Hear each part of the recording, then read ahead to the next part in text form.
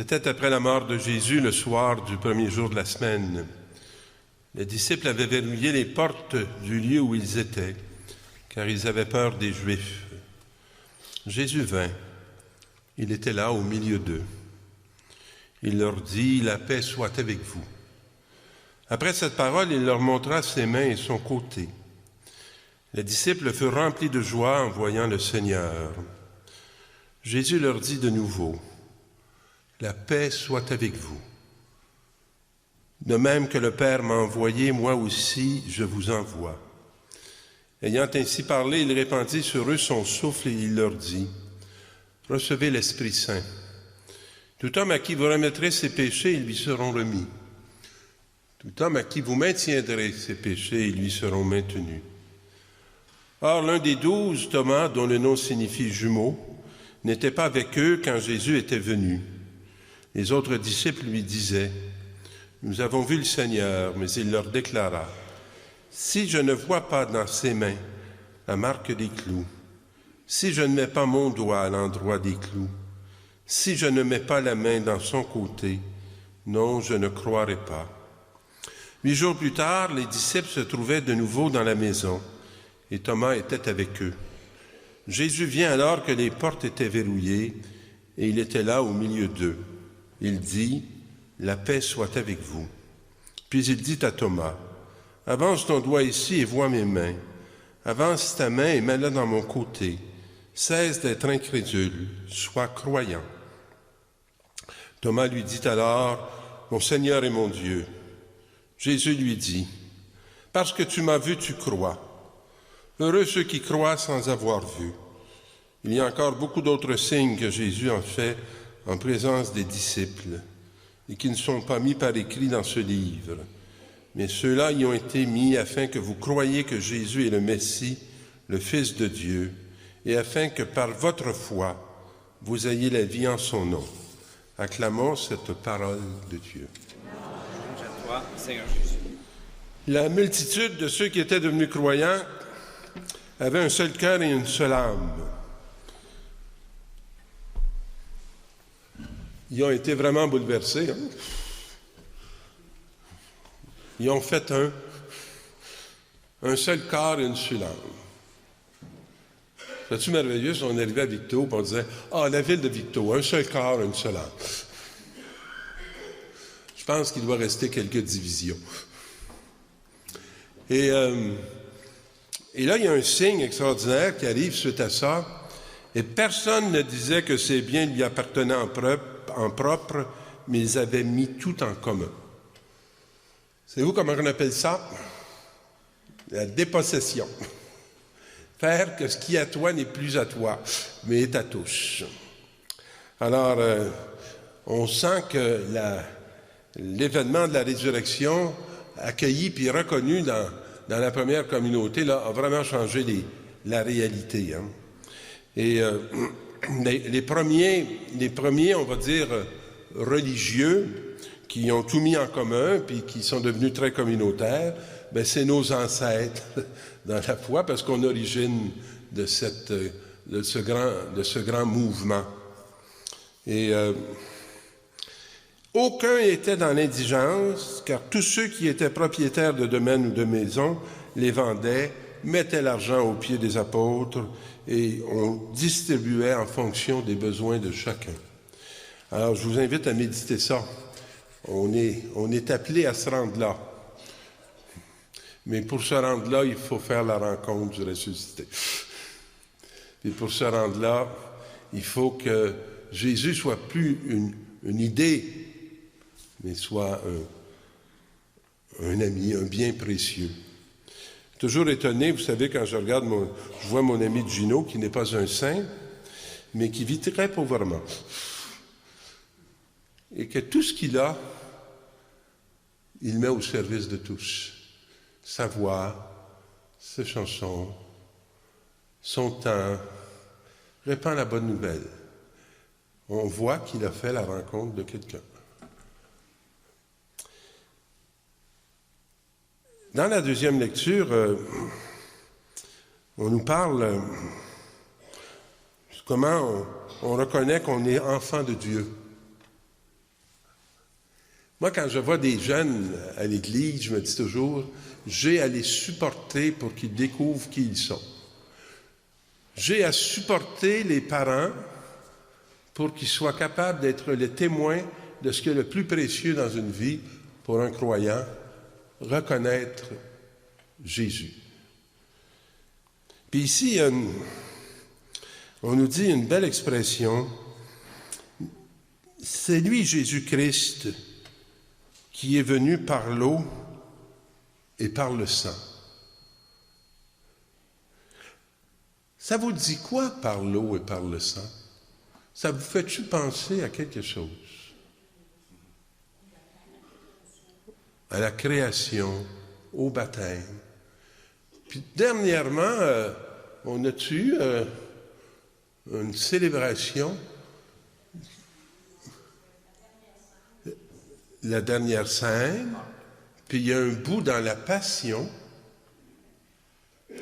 où il se passe quelque chose. On ne brise pas les genoux de Jésus, comme on a brisé les genoux de ceux qui étaient crucifiés avec lui.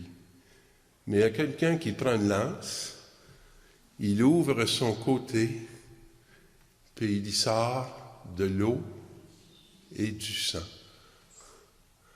C'est la vie donnée, c'est le sang versé.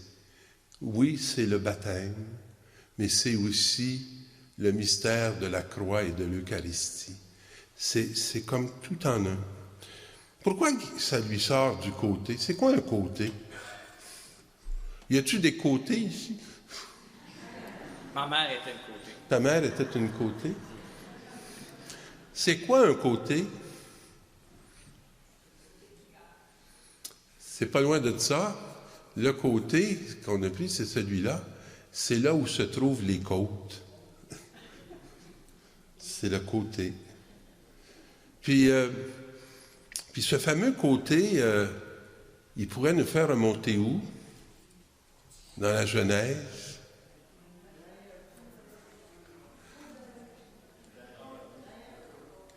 Adam et Ève. Puis qu'est-ce que Dieu fait avec le côté de l'humain, de l'homme?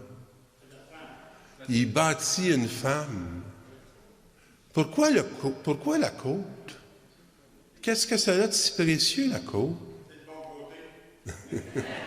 C'est le bon côté de l'humanité. La côte, ça protège quelque chose d'essentiel. Le cœur, les poumons. Puis les poumons, c'est le lieu du souffle. Puis ça veut dire quoi, Ève? La vivante. L'humain du souffle. Puis savez-vous, quand elle est amenée à Adam, on va entendre dans la Bible la première parole de l'humanité. Puis il dit quoi, Adam? Voici l'os de mes os et la chair de ma chair. Il reconnaît son égale, sa partenaire, celle qui libère la parole, parce que maintenant, il n'y aura plus à parler tout seul, parce que si tu parles aux animaux, ils ne peuvent pas te répondre. Puis ici, la parole de Dieu, elle est plus grande que la tienne. Et quand la femme arrive devant l'homme, l'homme trouve la parole et le souffle de Dieu. Vous pourrez méditer ça, je vais arrêter, parce que ce n'est pas l'homélie d'aujourd'hui. C'était après la mort de Jésus. Bon. Qu'est-ce qu'il y a de différent après la mort de Jésus qu'avant la mort de Jésus? Il est mort. Est-ce que les apôtres s'attendaient à ce qu'il meure? Non. Ça, c'est comme le mariage. Il y a avant le mariage, puis après le mariage.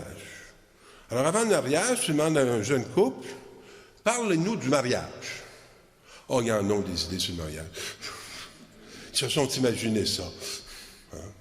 Puis, c'est comme tout en couleur. Puis d'un fois, après 5 ans de mariage, je leur dis, parle-nous du mariage. C'est rendu en noir et blanc. Tu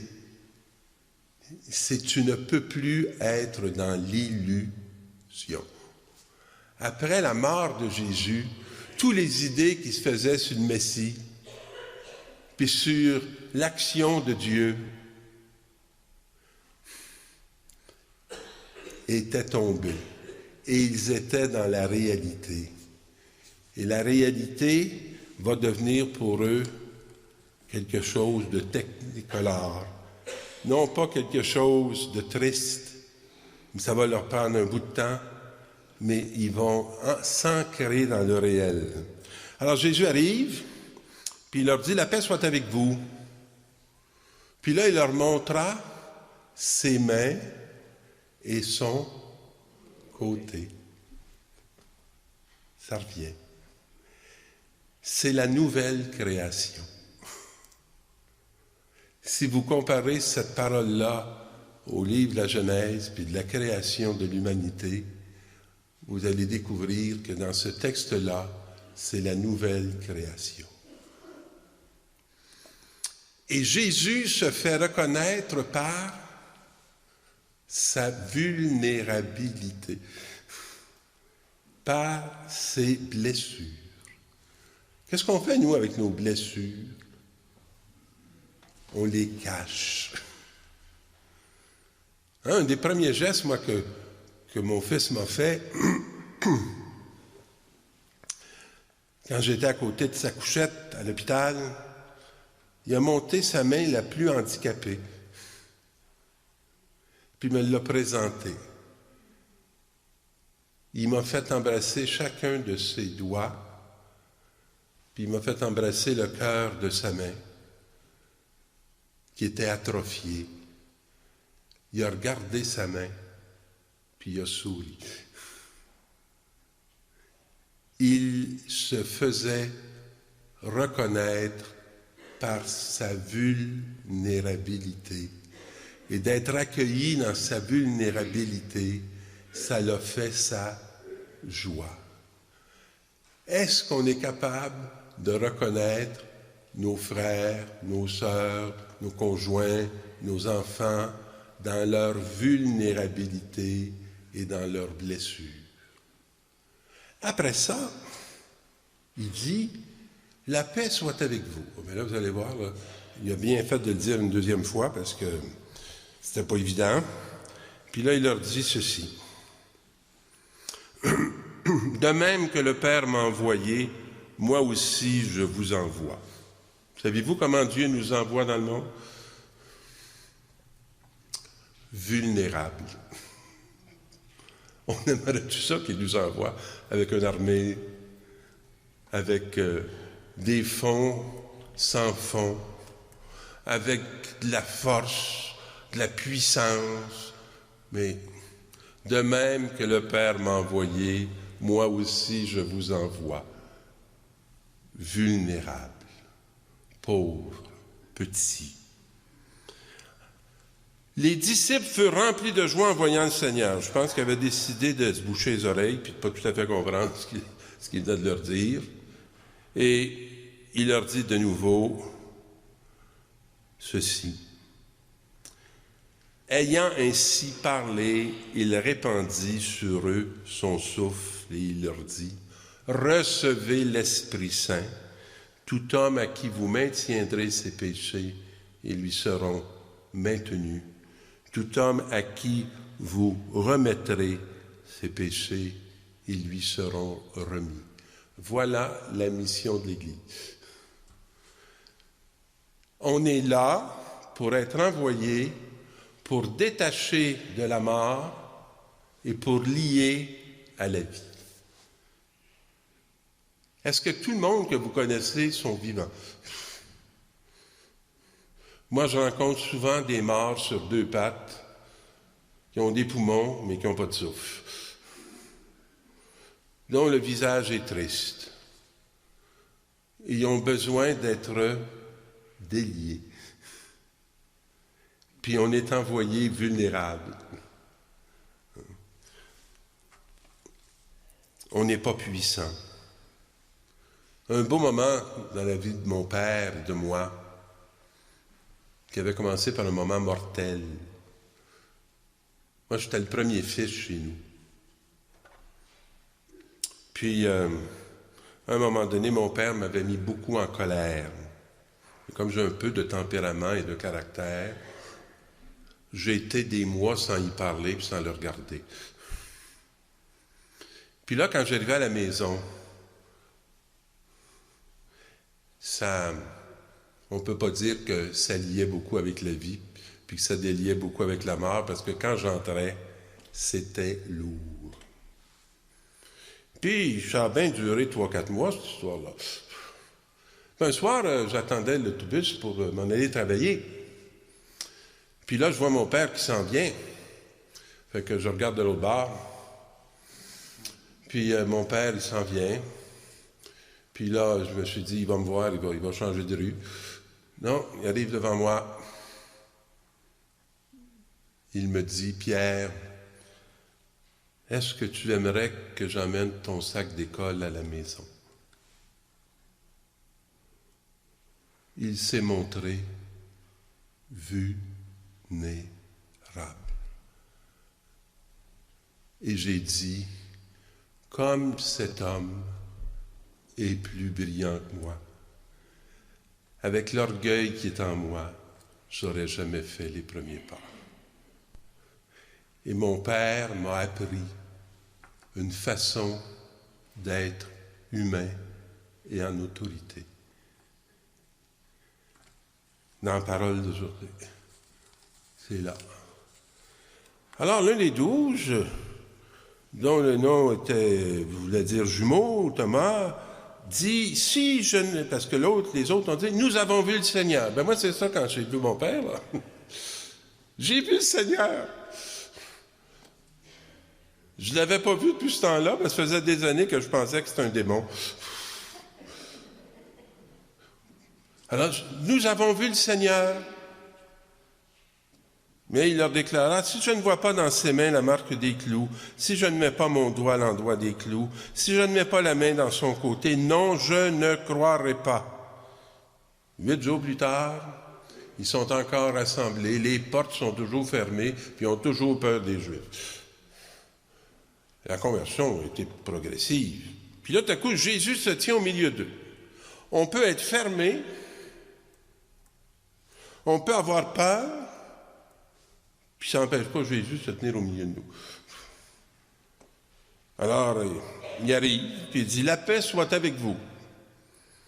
Alors, Thomas, avance ton doigt ici et vois mes mains. Avance ta main et mets-la dans mon côté, cesse d'être incrédule, sois croyant. Mes amis, on croit dessus. On croit dessus. Puis là, il ajoute ceci, notre ami Thomas, mon Seigneur et mon Dieu. C'est qui notre Seigneur, puis c'est qui notre Dieu? C'est-tu celui avant la mort de Jésus, avec toutes des illusions, puis des choses qui tiennent pas debout? Ou est-ce que notre Seigneur et notre Dieu, c'est Jésus, le crucifié, ressuscité? Mais toutes les morts qu'on voit dans tous les pays, puis chez nous, ça peut se traverser. Puis on peut se mettre debout. Parce que ça peut, avec ce Jésus qui va vulnérable, changer complètement et transformer la réalité.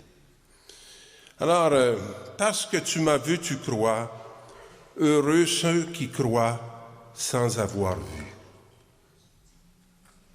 C'est une très belle expression que je vous dirais. J'aime autant pas voir mes mains percées.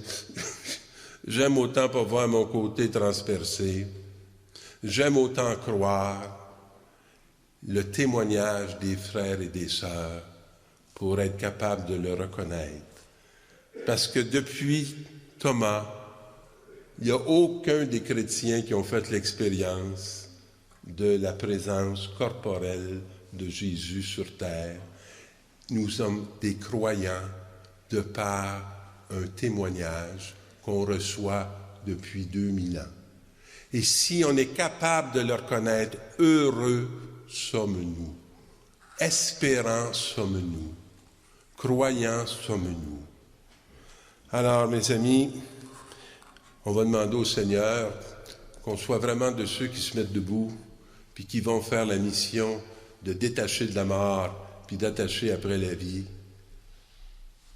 en y allant vulnérable. C'est possible pour tout le monde, parce qu'on l'est tous. Amen.